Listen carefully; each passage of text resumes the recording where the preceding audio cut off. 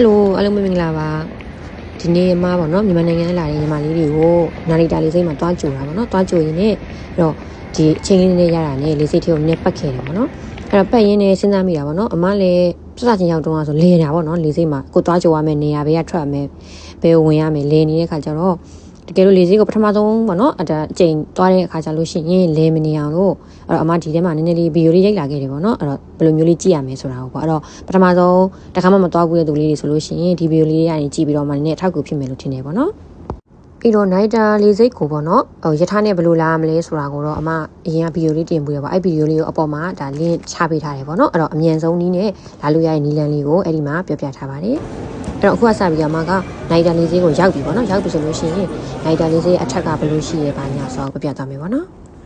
်အဲ့ဒီတော့နာရီတာလေးစိတ်မှာပေါ့နော်တာမီနယ်က3ခုရှိပါတယ်အီချီနီဆန်ဆိုပြီးတော့ပေါ့နော်အဲ့တော့အမားတို့ကဒီဘက်ပေါ့နော်တိုကျိုဘက်ကနေပြီးတော့မှရထားစီးသွားမယ်ဆိုရင်အရင်ဆုံးရောက်မှာကတာမီနယ်နီနယ်ဆန်ပေါ့နော်တာမီနယ်နီနယ်ဆန်ကိုအရင်ရောက်မယ်ပြီးတော့မှသူ့ကိုကြော်ပြီးတော့မှတာမီနယ်တစ်အီချီပေါ့နော်တစ်ကိုရောက်မယ်ပေါ့အဲ့တော့အမအခုတစ်ခါသွားကြိုတာကကြတော့ဒီတာမီနယ်နီမှာပေါ့နော်အဲ့တော့ဒိုင်းနီဘီရူဆိုပြီးရှိရပါအဲ့ဒီမှာကြတော့တာမီနယ်နီမှာအမကဆင်းတာပေါ့နော်ဒိုင်းနီဘီရူမှာဆင်းပြီးတော့မှတာမီနယ်နီကိုသွားတာပေါ့အဲ့တော့တာမီနယ်နီနဲ့ဆန်ကတော့တိတ်မကွာဘူးပေါ့နော်နည်းနည်းနီးရယ်ဟိုဘက်ကအီချီကကြောင့်နည်းနည်းဝေးတယ်အဲ့တော့ဟိုဘက်အချမ်းကိုနည်းနည်းဝေးတယ်ပေါ့နော်ရထားကလည်းသူကတက်ဘူတာရှိတယ်ပေါ့နော်အဲ့တော့နီးနဲ့ဆန်နေရတော့ဘူတာတစ်ခုမှဆင်းပြီးတော့မှအီချီကတော့တက်ဘူတာမှဆင်းရတာပါဒါပေမဲ့တို့ရဲ့ဘယ်ဘူတာမှပဲဆင်းကိစ္စတော့မရှိဘူးပေါ့ဘာဖြစ်လဲဆိုတော့တာမီနယ်အီချီနီဆန်ကိုတို့ကအလကားပို့ပေးတယ်ပေါ့နော်ဒီဘတ်ကားရှိတယ်ပေါ့တကယ်လို့ကိုကမှားစီးမိသွားတယ်မှားဆင်းမိသွားတယ်ဆိုလည်းအဲ့ဒီမှာအလကားစီးလို့ရတယ်ဘတ်ကိုစီးပြီးတော့မှတွားလို့ရတယ်ပေါ့နော်အဲ့တော့ကိုကဘယ်မှာဟိုမှာတွားတာပဲဖြစ်ဖြစ်ကိုကလူရောက်တာပဲဖြစ်ဖြစ်ဘယ်ကနေစီးရမလဲဆိုတော့သိကြလို့ရှိရင်လက်မှတ်ကလေးကိုကြည့်ပြီးတော့မှကြည့်လို့ရတယ်ပေါ့နော်ကိုကဘယ်ကနေပြီးတော့မှနေကတော့မလားဆန်းကတော့မလားအီချီကတော့မလားဆိုတာကိုအရင်ဆုံးကြည့်ရမယ်ပေါ့နော်အမတို့အဲ့တော့အခုအမကအမရောက်နေတဲ့အထက်ကလေးအကြောင်းကိုရှင်းပြသွားမယ်ပေါ့နော်အမကဒါဒိုင်းနီဗီဒီယိုမှာဆင်းပြီးတော့တာမီနယ်နီကိုလာတာပေါ့နော်လာတော့အခုဒီမှာအရင်ဆုံးပုံလေးပေါ့နော်ပုံလေးမှာသူကရှင်းပြထားတယ်အမလာတာကရထားနဲ့လာတာဖြစ်တယ်အောက်ဆုံးကတစ်ဆွတ်တို့ train ဆိုတဲ့နေရာလေးပေါ့နော်အဲ့တော့အမကဟိုအောက်ကတစ်ထက်အောက်ကမြင်ညီတက်မှာရှိနေတယ်ပေါ့နော်ကိုလည်းလို့ဆိုအဲ့တော့အမကသွားကြိုမှာဖြစ်တဲ့အတွက်ဒီမှာတစ်ထက်မှာပေါ့နော် international arrival တိုးချခုဆိုတဲ့နေရာကိုအမကသွားကြိုရမယ်အဲ့တော့တစ်ထက်ကိုသွားရမယ်ဆိုတဲ့သဘောမျိုးပေါ့နော်ဒီပုံလေးကိုကြည့်လိုက်ဆိုလို့ရှိရင်ပေါ့နော်အဲ့တော့တစ်ထက်မှာတခြားဘာတွေရှိသေးလဲပေါ့နော်အဲ့တော့အပေါ်မှာကျတော့ဒါခုခုဆိုင်ဆန်တိုးချက်ကိုရှိမယ်ဒါနိုင်ငံခြားနေပြီးလာတဲ့လေယာဉ်တွေဒါဒီနေရာမှာစိုက်မယ်ပေါ့နော်ဒုတိယတစ်ခုကကျတော့ခုခုနိုင် check in လုပ်ရမယ့်နေရာပေါ့နော်ဒါသူတို့နိုင်ငံအတွင်းမှာသွားမယ့်သူတွေ check in ဝင်ရမယ့်နေရာရှိမယ်ပြီးတော့ဘတ်ကားစီးမဲ့သူတွေအတွက်အဲ့တစ်ထက်မှာဘတ်ကားစီးလို့ရမယ်ပြီးတော့တက္ကစီလည်းရှိမယ်ပဲเนาะပြီးတော့ခုနကမှပြောတဲ့ဒီတာမီနယ်ပေါ့เนาะတာမီနယ်တော့ဖြစ်တဲ့ shutter ပေါ့เนาะ shutter bus ကလည်းအဲ့မှာတာမီနယ်တစ်ခုနဲ့တစ်ခုကူးပေးမယ်အလကားကူးပေးမယ်ဒီ shutter bus ကလည်းတစ်ထက်မှာရှိတယ်ပေါ့เนาะပြီးတော့အမတို့အရင်ဆုံးတစ်ထက်ကိုကြည့်အောင်เนาะအဲ့တော့ဒီမှာဆိုလို့ရှိရင်တိုးချက်ကိုတော့ပြီဆိုပြီးတော့ပေါ့เนาะရှိရပါเนาะဒါကကြတော့အဓိကအဖြစ်ဒါနိုင်ငံခြားလာတဲ့သူတွေပေါ့เนาะလာတဲ့သူတွေကိုဒီမှာလာပြီးတော့ကြိုကြတယ်ပေါ့เนาะအဲ့တော့အမကလည်းဒီမှာလာကြိုတာပေါ့နော်ကြိုတာကတော့မြန်မာလာမယ့်လေရင်ကိုမြန်မာလာမယ့်လေရင်ကိုလာကြိုတာမဟုတ်မြန်မာလာမယ့်ညီမလေးတွေကိုလာကြိုတာပေါ့နော်အဲ့တော့ဒီအထက်မှာဘာတွေရှိလဲဆိုတာကိုအရင်ဆုံးပြပြမယ်ပေါ့နော်အဲ့တော့ထွက်တာကတော့သူတို့ဒီကနေပြီးတော့မှထွက်လာကြပြီပေါ့နော်ဒါလေရင်ကနေဆင်းနေသူတွေ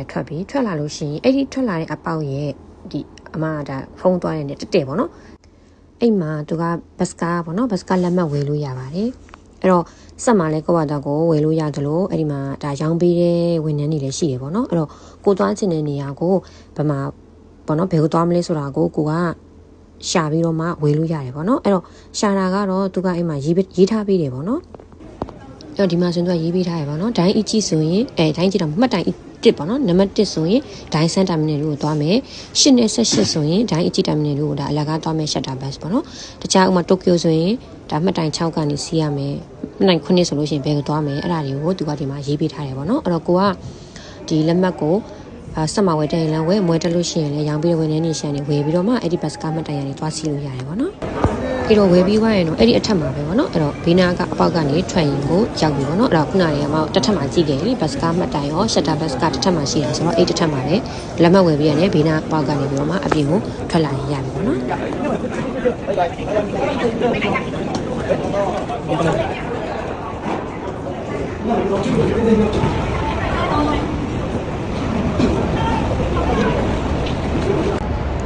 အဲ့တော့ဒီမှာဆိုရင်ပေါ့နော်ဒါမှတ်တိုင်နံပါတ်8ပေါ့နော်8ကနေပြီးတော့မှကိုကဒီ terminal ပြောင်းချင်တယ်ဆိုလို့ရှိရင်လည်းဒီမှာလာဆောင်လို့ရှိရင်တော့ bus ကလာတယ်ပေါ့နော်အဲဒီမှာ